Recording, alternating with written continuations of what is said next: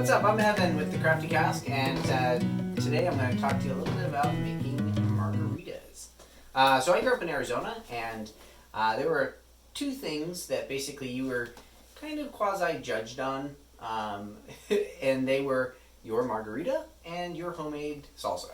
So at a younger age than I'm probably legally able to admit, making margaritas and knowing how to make a good margarita, even if it wasn't something that I was going to be drinking, was something that I was cognizant of and would strive to, excel at. And so I wanted to share some of the things that I've learned over the years with regard to making this classic cocktail that I think will really help your margarita game. And the first thing is, and this goes for pretty much anything that would be classified as a sour, which is the category of cocktail that a margarita would fall into, is it's really important whenever possible. I strongly advocate for using fresh citrus. You can pre-juice citrus, in advance of like having a cocktail party, but even 12 hours is, I would say do it immediately before people start arriving. as soon as you can. And then number two with sours is you need to shake the heck out of them. We'll get into these two things a little bit more soon, but just a little bit more about the margarita. Kind of a fun origin story. The margarita within the subcategory of the cocktail sour family, the margarita is what's known as a daisy.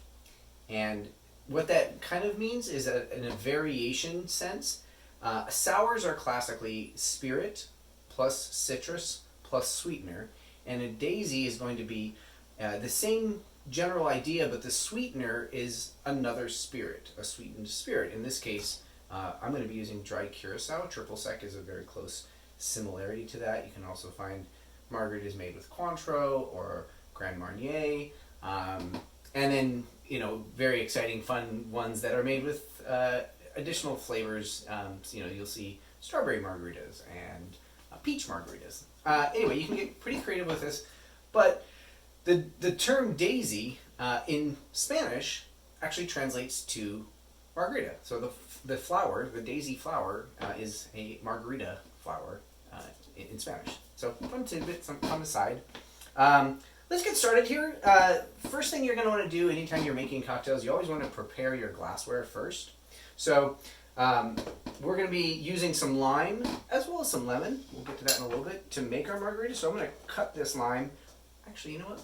Before I do that, a couple of notes about fresh citrus. In order to get the most out of your citrus, you want to have it at room temperature. And then a fun trick, before you cut it open, press down on it and roll it with your palm. And that's going to kind of release some of the juices in there before you cut it open. You'll get the most amount of juice out of your lime or lemon when you do that. And then I'm going to cut that lime right in half and then just kind of rub it along the rim of the glass if you're choosing to have a margarita that has salt on the rim. I like to do a half rim of salt because sometimes I want to have a sip without without salt, and sometimes I want to have a sip with salt. And I do a pretty wide berth of that, so you can see how much salt there is. If you want salt, there it is. If you don't, there it isn't. And then additionally, you get your glass, get the ice in that glass too, so that when it's time to actually mix the drink and pour it into that glass,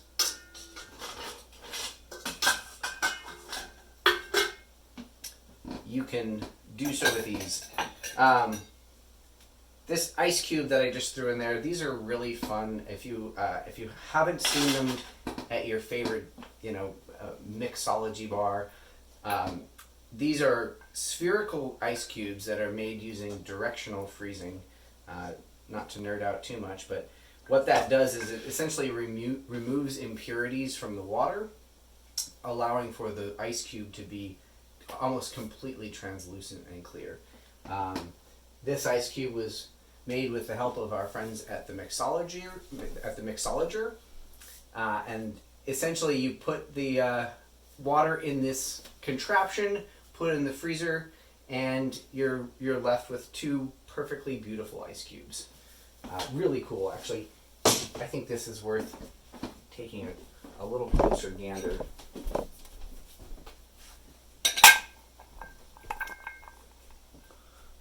I don't know. I think that's so cool.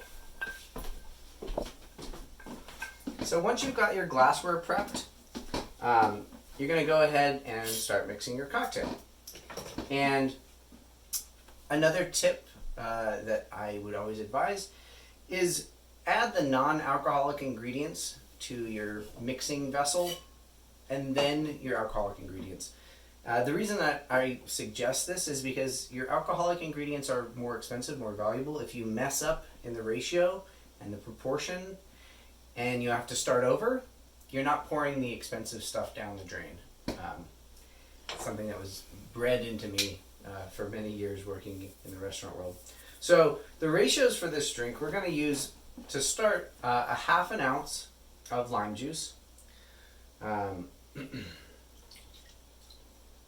Generally, a half of a lime will get you pretty close to that. So if you don't have, a nice jigger or some kind of measurement device, you can get pretty close.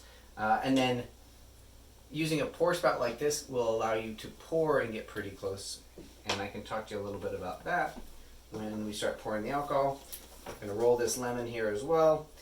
Lemon's a non-traditional addition to margaritas, but one that I find just lends a little bit more complexity, a little bit more range, and frankly a little bit of a kind of brightness, I guess. I really enjoy it. It's not a lot of lemon that you use, but with the addition of lemon, you're hitting 3 different citrus categories that really helps to complement the citrus in the tequila that we're going to be using. With the lemon, it's half that amount, so only 1/4 of an ounce. And I'm just going to eyeball that because this doesn't have a 1/4 ounce measure.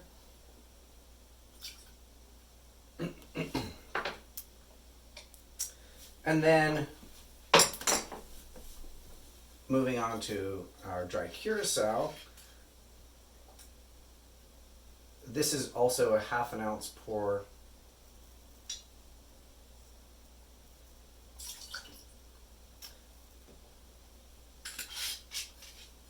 Followed with our tequila, and this tequila is one that I think it's important to spend just a moment on because it is fantastic.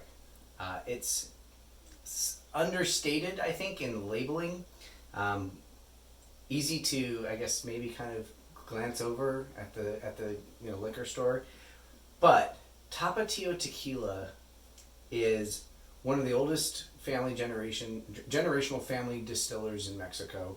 The Blanco is one of the few examples of a Blanco tequila that has character outside of, oh yeah, that tastes like tequila, but wait a minute, there's something more there.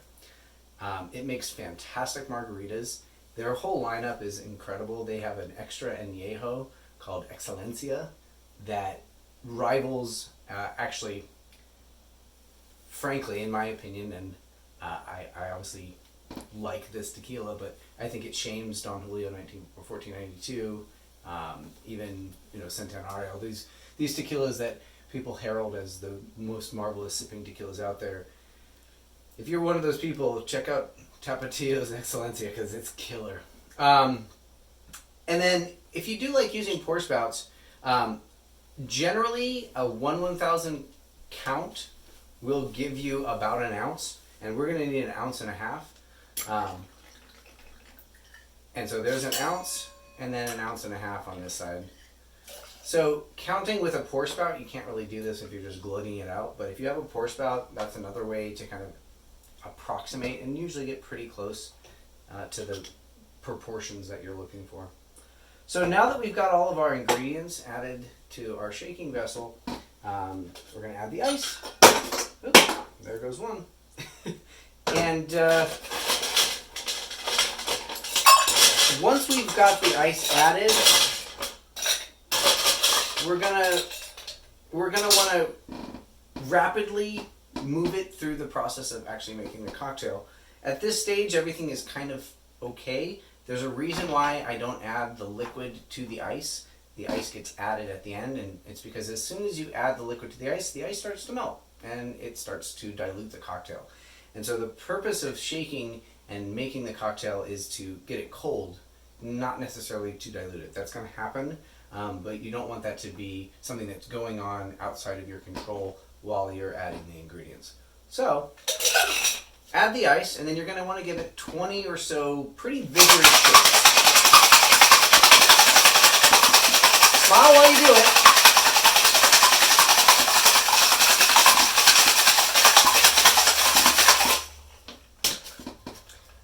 A good slap on the side of the Hawthorne shakers is really helpful in getting them to separate. Sometimes they can kind of seal together. And then throw your strainer on the top of that.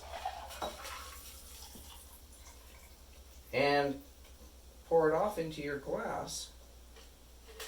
And then make sure you always discard this ice. Don't use it again. Don't make another cocktail with the same ice. Again, the purpose of that process is to cool the beverage down. This ice has already been broken up and has melted, and it's going to melt quicker and break down faster if you were to make another cocktail doing that, or using this. So always use fresh ice, shake the heck out of it, fresh citrus, and salud! Viva Mexico!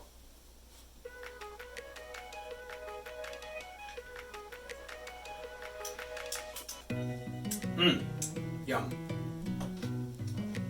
Cheers, everybody. Drink Crafty and drink the world.